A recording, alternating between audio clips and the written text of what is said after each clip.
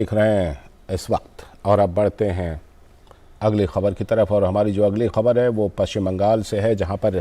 केंद्रीय योजनाओं में लूट को लेकर कलकत्ता हाई कोर्ट में सुनवाई चल रही है। तो इसी से जुड़ी खबर है।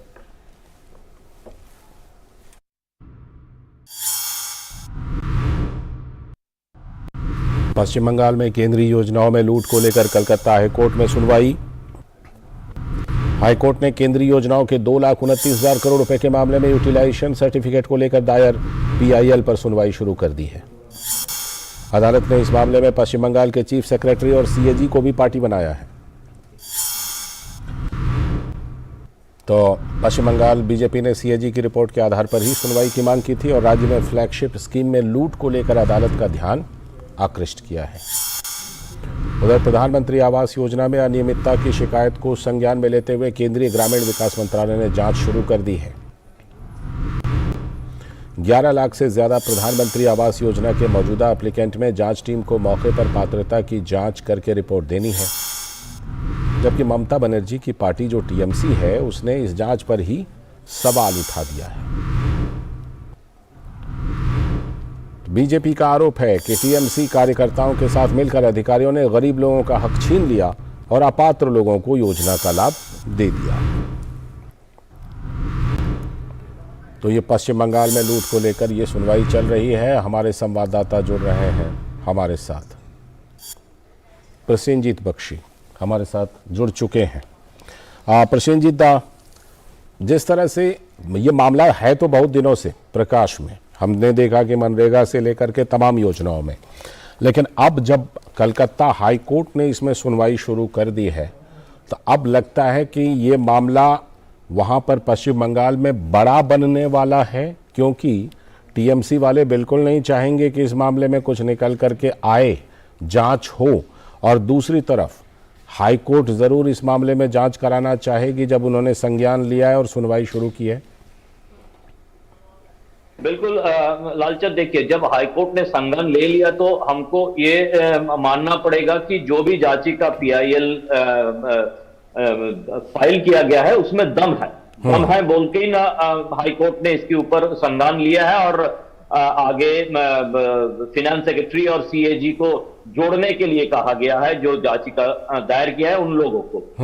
कहानी यह है कि पिछले कई दिनों से, कई महीनों से हम बार बार हमारी इस प्रोग्राम में बताने की कोशिश कर रहे थे कि किस तरह से, और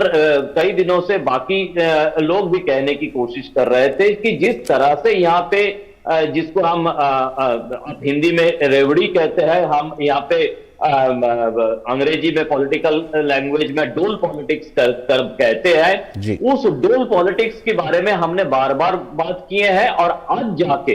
इस 2023 की जनवरी में पहुंच के सरकार की हालत इतनी बिगड़ी हुई है कि अस्पतालों की अकाउंट पे पैसा नहीं है, फिर स्कूलों की अकाउंट में पैसा नहीं है, कॉलेज की अकाउंट में पैसा नहीं है, तो किसी भी अकाउंट में कुछ पैसा नहीं है। सिर्फ मेला और खेला के लिए पैसा है और किसी चीज के लिए पैसा नहीं है। और इतने जो खर्चा इतने दिनों में किया गया है, वो किस तरह से किया गया है, वो सीएजी ने अपने 2021-22 की रिपोर्ट में खुलासा किया है, जिसके आधार पर ये केस दर्ज हुआ है। बताया जा रहा है 2,30,000 करोड़। अब अगर अभी ये कहे जाए कि जैसे पहले आरोप लगाया गया था बाकी लोगों की तरफ से, सिर्फ ममता बनर्जी की तरफ से नहीं, लोग कहते हैं कि इलेक्शन कमीशन को मोदी जी ने अपने हाथों पे कर लिया, फिर सुप्रीम कोर्ट को हाथों पे कर लिया, फिर बाकी जितने सीबीआई को हाथों पे कर लिया, अभी ये सीएजी बाकी है। अब हो सकता है कि ये मामले के खिलाफ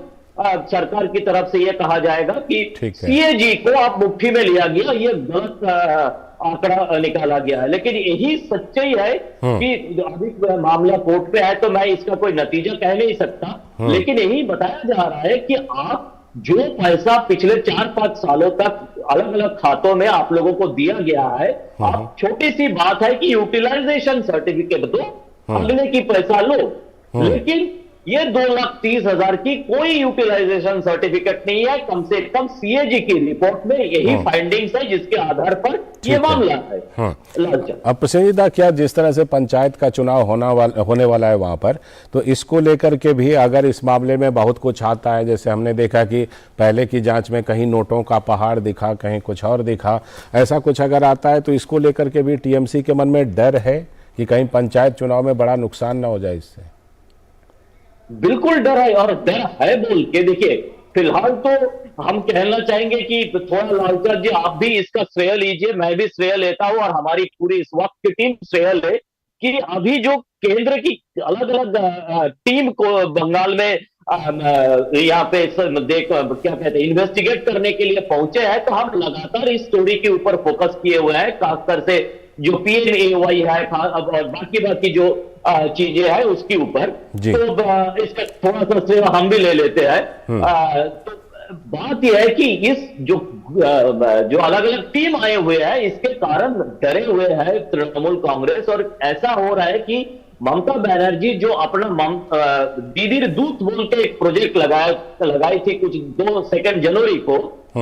तो ये दीदीर दूत बोल के जो तृणमूल कांग्रेस के लोग गांव में जाकर स्थिति सुधारने की कोशिश कर रहे हैं, ऊपर से वो लोग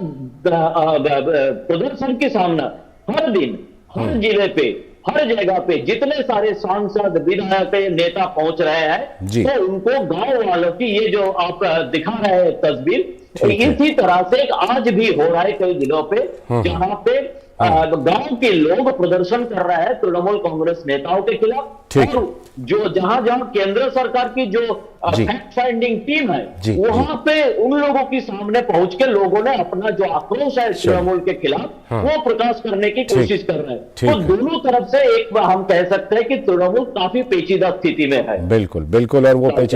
पेचीदा स्थिति है, और लगता है कि इस मामले में जैसे जैसे परतें खुलेंगी वैसे वैसे और बहुत कुछ सामने आएगा। बहुत बहुत शुक्रिया दादा जुड़ने के लिए और विस्तार से चर्चा करने के लिए। और अब हम चर्चा करने वाले हैं कि पाकिस्तान पर किस तरह से दोहरी मार पड़ रही है, क्योंकि आर्थिक संकट के भंवर में फंसे हुए पाकिस्तान में हो रहा है